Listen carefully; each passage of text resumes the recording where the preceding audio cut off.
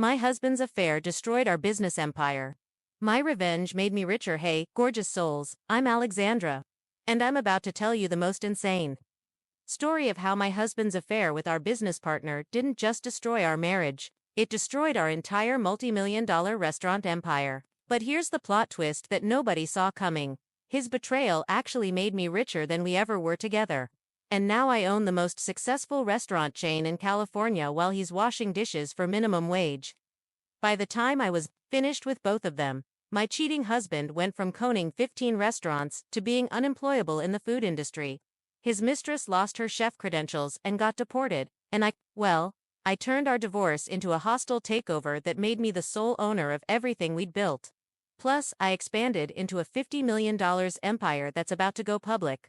This story has everything: corporate espionage, immigration fraud, stolen recipes, restaurant wars, and the kind of business revenge that literally changed an entire industry. So grab your favorite drink because this is how one woman turned her husband's betrayal into the business comeback of the century. Alright, y'all, let me paint you a picture of what my life looked like before everything went completely insane. I'm 38 years old, and for the past 12 years, my husband Marcus and I had built what everyone called the most successful restaurant empire on the West Coast.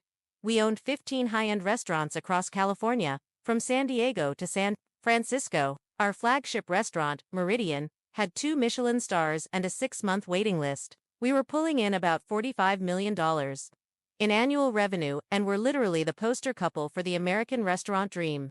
Marcus was the business mastermind. He handled all the financial stuff, expansion planning, investor relations, and the corporate side of our empire. I was the creative genius. I developed all our recipes, designed the restaurant concepts, managed our executive chefs, and basically created everything that made our brand special. We'd started with nothing 12 years ago. I was working as a sous chef at a small bistro in Napa Valley. Marcus was a business school graduate with big dreams but no money. We fell in love over late-night conversations about opening our own place and building something amazing together. Our first restaurant, Bella Vista, was this tiny 40-seat place in Sonoma that we opened with $75,000 borrowed from my parents and Marcus's 401k. I was doing literally everything: cooking, menu planning, managing staff, while Marcus handled the books and marketing. Bella Vista became an overnight sensation. Food critics loved my innovative California Mediterranean fusion cuisine. And within 6 months we had lines out the door every night. We paid back our loans within the first year and immediately started planning our expansion. Over the next 10 years, we opened 14 more restaurants, each one more successful than the last. We had casual dining spots, upscale bistros, farm-toteable concepts, and our crown jewel Meridian, which was this ultra-high-end restaurant that attracted celebrities, politicians, and food critics from around the world. Marcus was incredibly good at the business side. He secured funding for expansions, negotiated amazing real estate deals, and built relationships with investors and vendors that gave us huge advantages over our competitors. I focused on what I loved most: creating incredible food experiences. I developed signature dishes that became legendary in the food world, trained teams of talented chefs, and basically created a culinary brand that was worth millions just in intellectual property. We were featured on Food Network shows, written up in Bon, AP Petty, and Food and Wine magazines, and were constantly being approached by investors who wanted to help us expand nationally or even internationally. Our personal life was just as successful as our business. We lived in this gorgeous $2.8 million house in Napa Valley, traveled to amazing places for research, aka eating at the best restaurants in the world, and were constantly being invited to exclusive industry events and celebrity parties. Everyone called us the perfect power couple. We seemed to have it all: successful business, beautiful home, amazing lifestyle, and what appeared to be a rock-solid marriage built on shared dreams and mutual respect. About 3 years ago, we hired Isabella Rodriguez as our corporate executive. Chef Isabella was 29 years old, originally from Spain, and had trained at some of the most prestigious restaurants in Europe before coming to the United States. Isabella was absolutely brilliant in the kitchen. She had this incredible technical skill combined with creative flair that reminded me of myself when I was younger. She could execute my recipes perfectly but also had ideas for innovations that could take our menus to the next level. Marcus was immediately impressed with Isabella's credentials and her vision for modernizing our cuisine. She's exactly what we need to take our restaurants to the next level, he told me after her first week. I was genuinely excited to work with Isabella. It had been years since I'd had someone on my team who really understood my culinary philosophy and could help me develop new concepts. Isabella started as executive chef at our Palo Alto location, but within 6 months, Marcus had promoted her to corporate executive chef, overseeing menu development for all 15 restaurants. Working with Isabella was honestly amazing at first. She understood my vision but brought her own European techniques and flavor profiles that elevated everything we were doing. We'd spend hours together developing new dishes, testing flavor combinations, and planning seasonal menu changes. Isabella had this infectious enthusiasm for food that reminded me why I'd fallen in love with cooking in the first place. Marcus was thrilled with Isabella's impact on our business. Customer satisfaction scores went up, food critics were raving about our elevated menus, and several restaurants saw significant increases in revenue after implementing Isabella's menu innovations. Isabella is the best hire we've ever made, Marcus would tell investors and industry contacts. She's taken Alexandra's incredible foundation and added a sophistication that's putting us in a completely different league.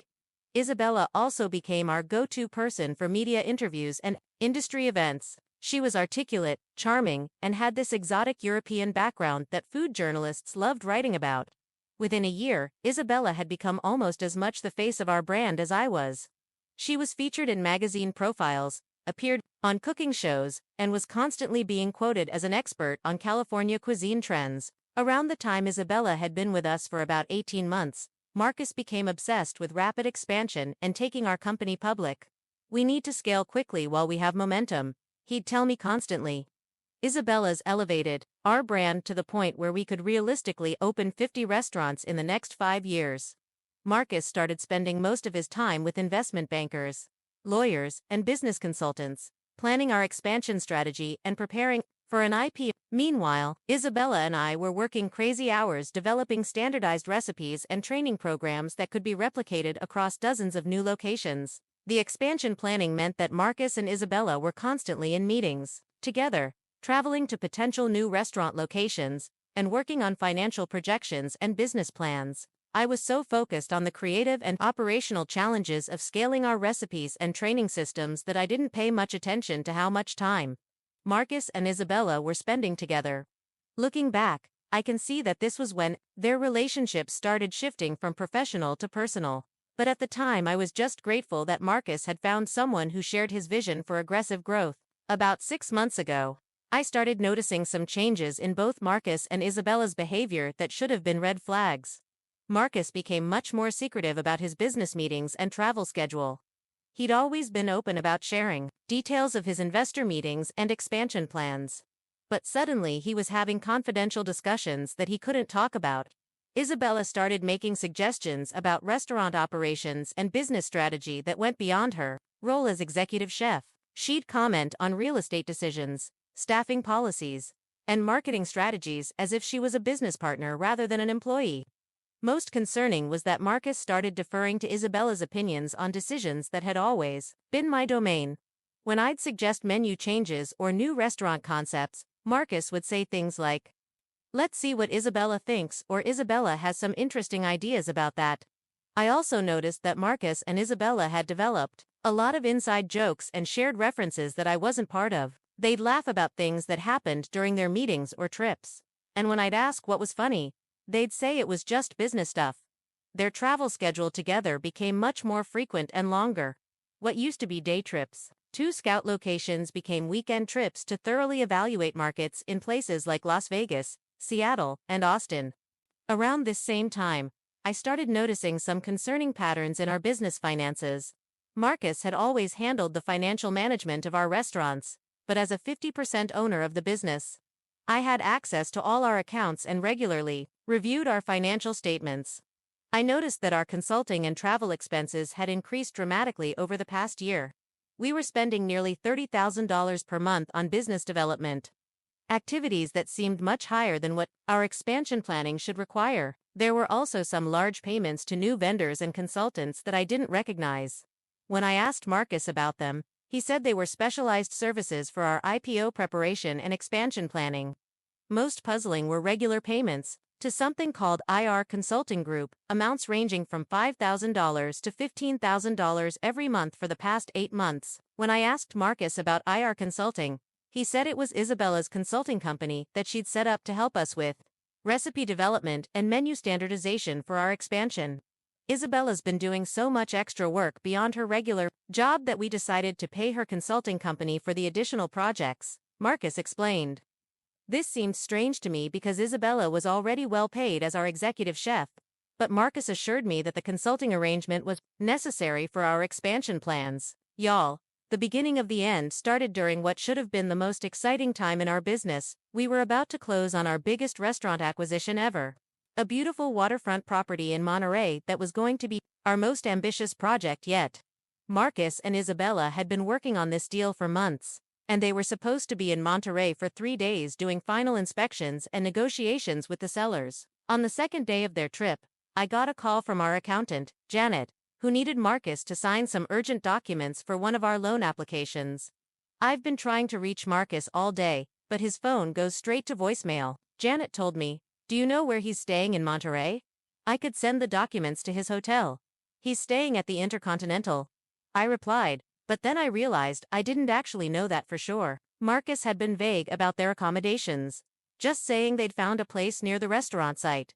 Something made me call the Intercontinental to leave a message for Marcus, but when I asked to be connected to his room, the front desk told me they had no guest registered under the name Marcus Chen or Chen Marcus. I tried 3 other high-end hotels in Monterey with the same result, no Marcus Chen registered. Then I had a thought that made my stomach drop.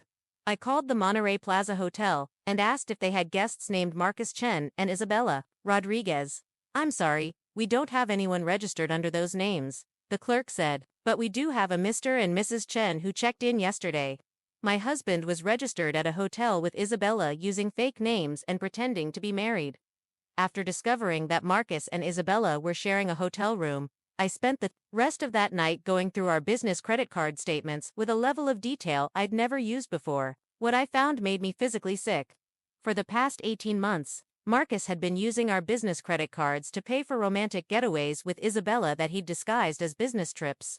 The market research trip to Las Vegas, they'd stayed at the Bellagio in a suite, eaten at romantic restaurants, and attended shows together. The receipts showed charges for champagne, couples spa treatments, and expensive gifts from jewelry stores. The investor meetings in Seattle. They'd stayed at a boutique hotel known for romantic getaways, had dinner at intimate restaurants, and even took a sunset cruise together.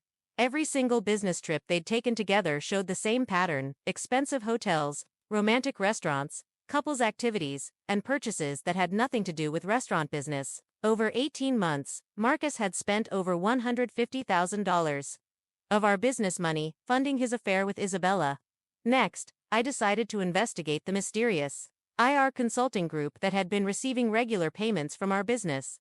Did a business license search and discovered that IR Consulting Group was registered to an address in San Francisco, an address that turned out to be Isabella's personal apartment. The business had been registered 8 months ago with Isabella Rodriguez as the sole owner and Marcus Chen listed as the business development consultant.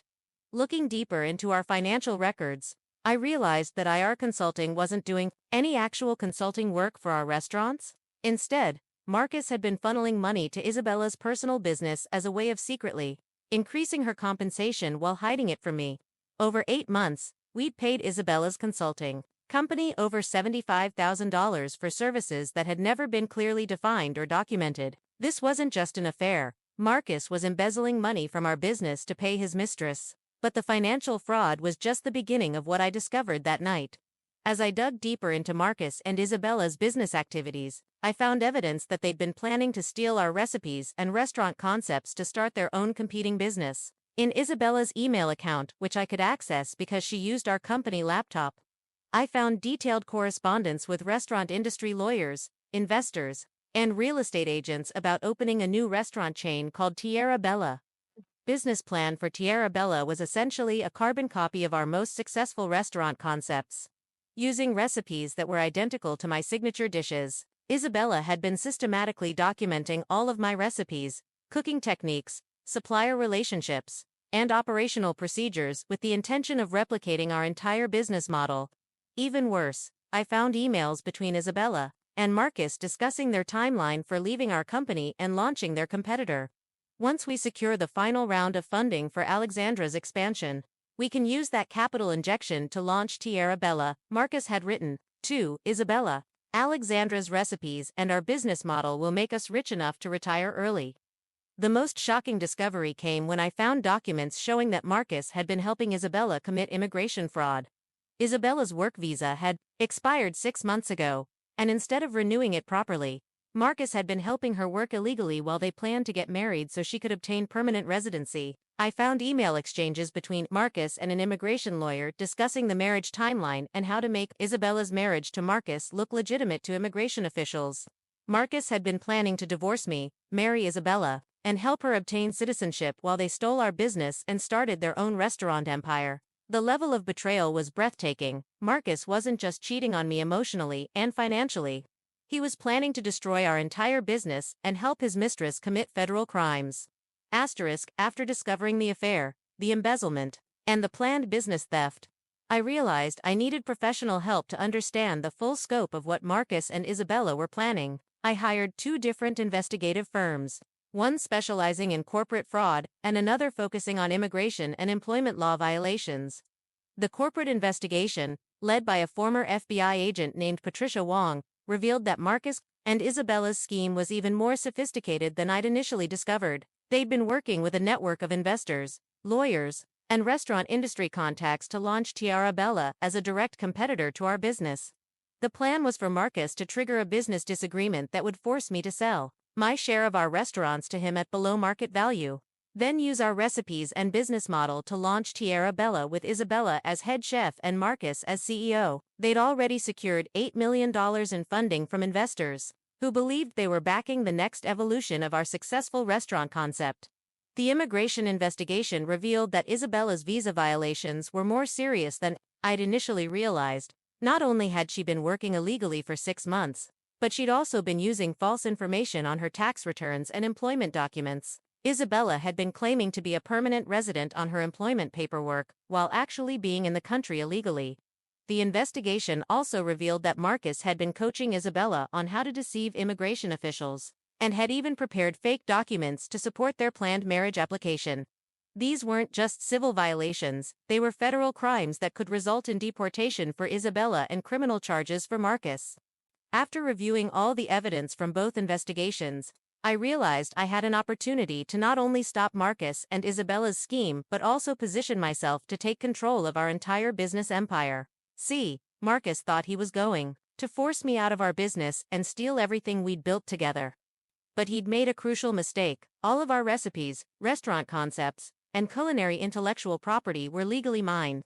Since I'd developed them before our marriage, and had properly documented my ownership, Marcus could steal our business relationships and financial resources, but he couldn't legally use any of my recipes or restaurant concepts without my permission.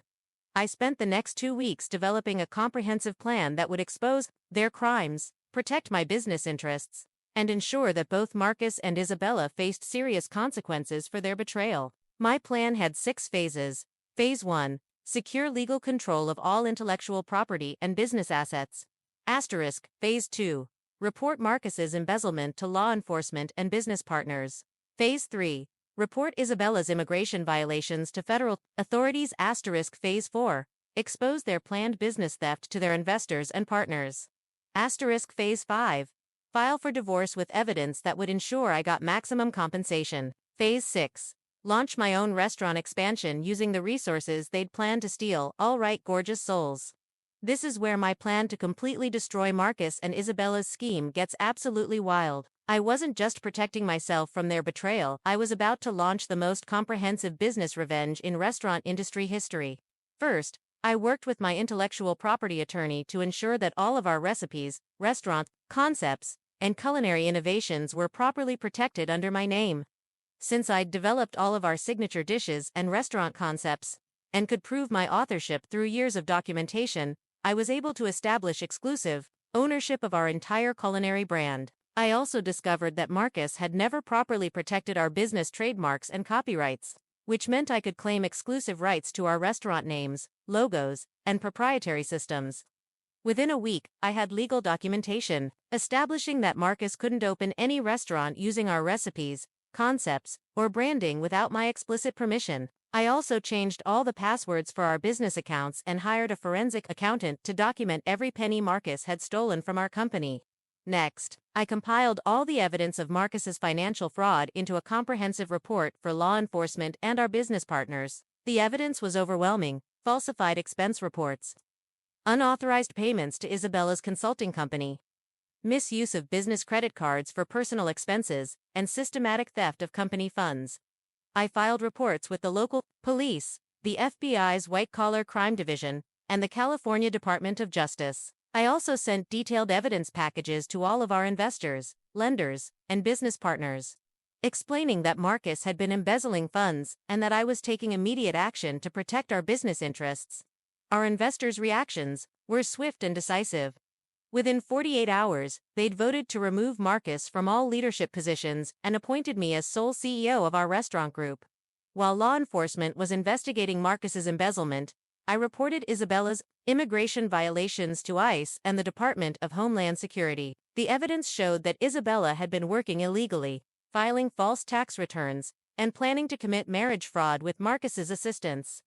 Federal agents began investigating Isabella's case immediately, and she was notified that her presence in the country was being reviewed for potential deportation proceedings. Isabella's work authorization was suspended pending the investigation, which meant she could no longer legally work at any of our restaurants or any other food service business. The most satisfying part of my revenge was systematically destroying Marcus and Isabella's plan to steal our business and launch Tiara Bella. I contacted every investor who'd committed funding to their restaurant project, and provided them with evidence that their entire business plan was based on stolen intellectual property. Marcus Chen and Isabella Rodriguez are planning to use recipes and restaurant concepts that are legally owned by me. I explained to each investor, any restaurant they open using these concepts will face immediate legal action for intellectual property theft. The investors were horrified to learn that they'd almost funded a business based on stolen recipes and embezzled money. Every single investor withdrew their funding from Tiara Bella within a week of learning about the theft scheme. I also contacted the real estate agents and restaurant industry contacts who'd been working with Marcus and Isabella, informing them of the criminal investigations and legal issues surrounding their planned business. Within 2 weeks, Marcus and Isabella went from having $8 million in funding and multiple restaurant locations lined up to having no money, number investors, and no business prospects. While Marcus's business life was imploding, I filed for divorce with the most comprehensive evidence package my attorney had ever seen. The evidence of Marcus's adultery, embezzlement, and planned business theft meant that I was entitled to the maximum possible settlement under California law. I demanded sole ownership of all 15 restaurants, our house, and all business assets. Plus, Marcus was required to pay me damages for the money he'd stolen and the value of the business opportunities he'd tried to steal. Marcus's attorney advised him to accept my settlement offer because fighting it would likely result in criminal prosecution and even worse financial consequences. The divorce settlement gave me everything: complete ownership of our restaurant empire, our personal assets, and legal protection against any future claims from Marcus or Isabella. But I wasn't satisfied with just protecting what we'd already built. I wanted to prove that I could grow our business even bigger without Marcus. Using the expansion plans that Marcus and Isabella had developed, I launched an aggressive growth strategy that opened 12 new restaurants in 18 months. Since I now owned all the recipes and concepts that made our restaurants successful, I could expand rapidly without worrying about competition from Marcus and Isabella. I also used the media attention from Marcus's fraud case to promote our restaurants as authentic cuisine created by the real chef behind our success. Food critics and customers rallied around my story of overcoming betrayal and building an even more successful business.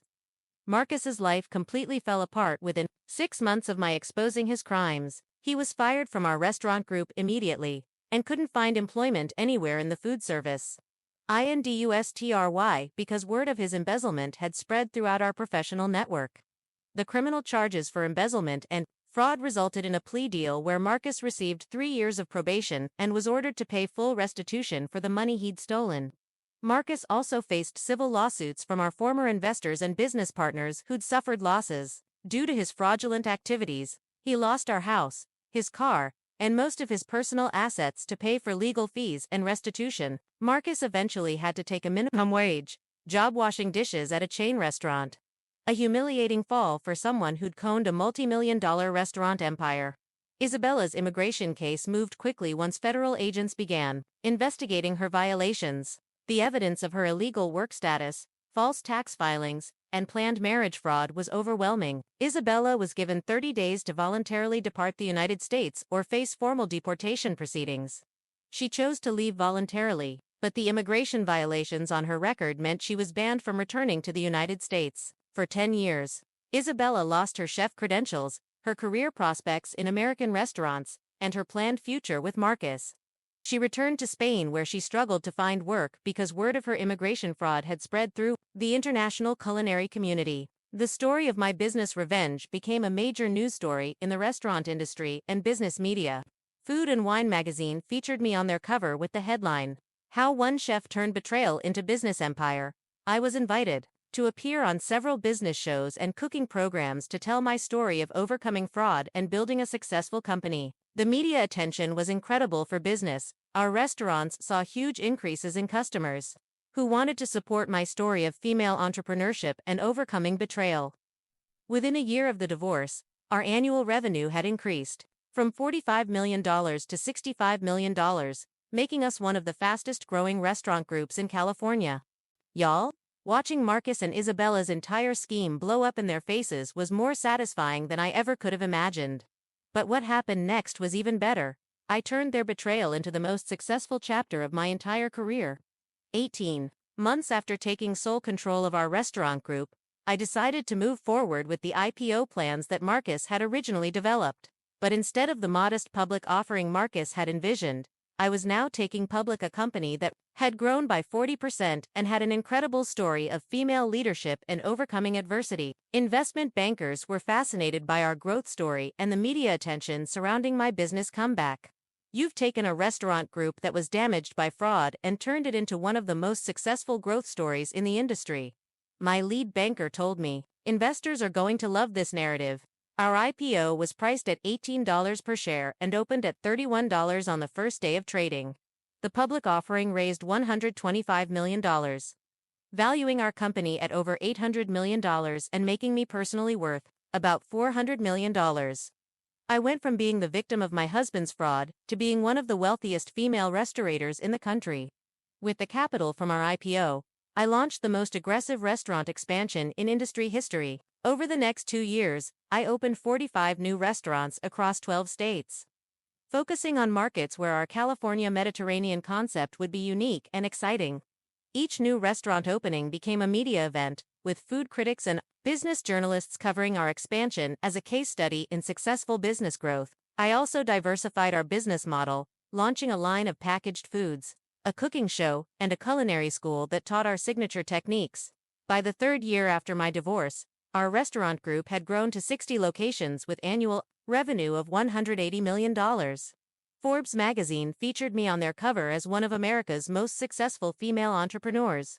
And I was invited to speak at business conferences about turning crisis into opportunity. Meanwhile, Marcus was struggling with the consequences of his choices and making increasingly desperate attempts to rebuild his career.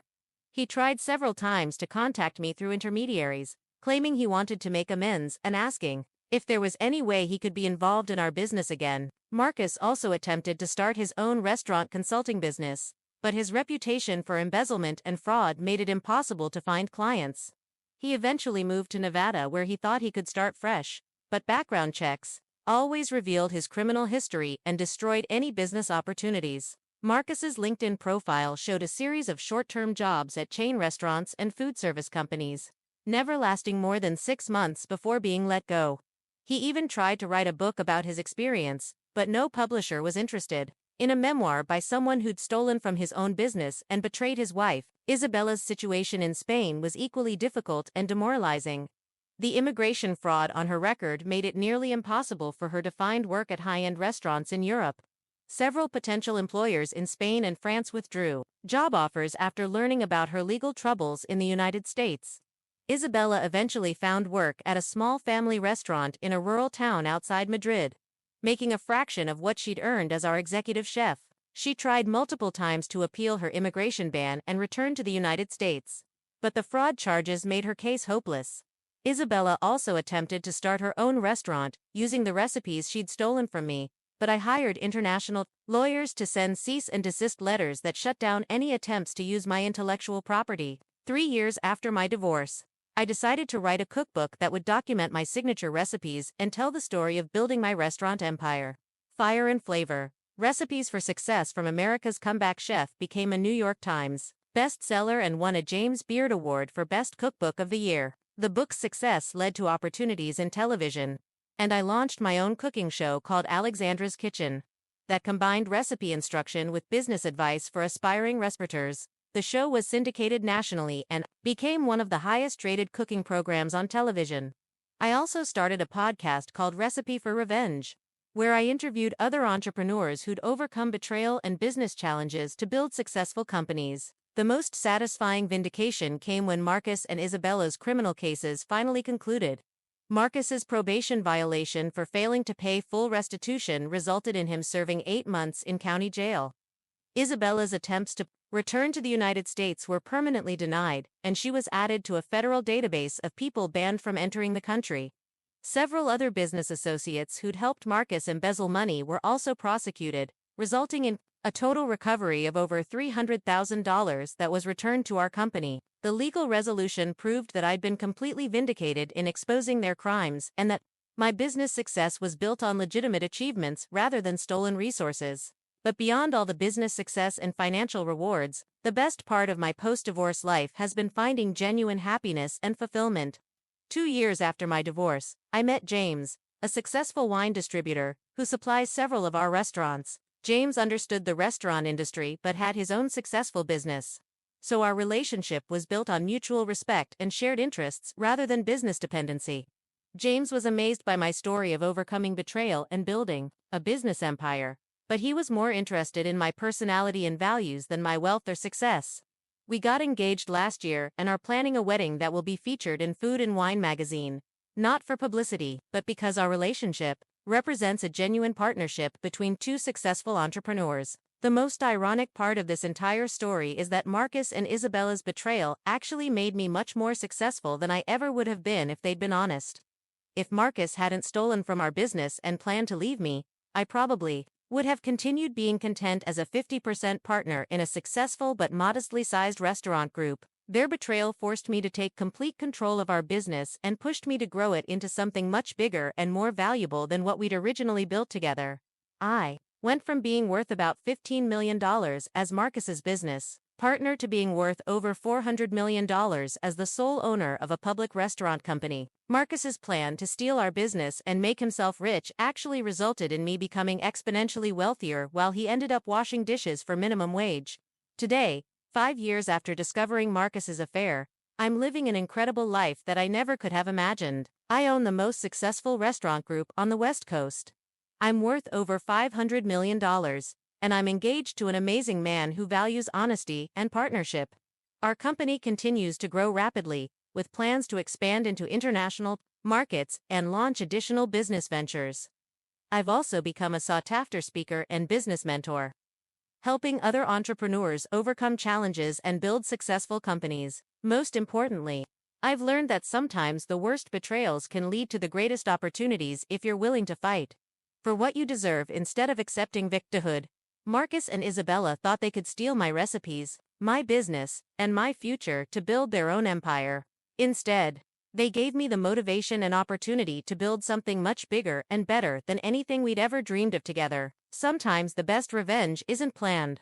It's simply refusing to be destroyed by other people's greed and using their betrayal as fuel to achieve success they could never have imagined.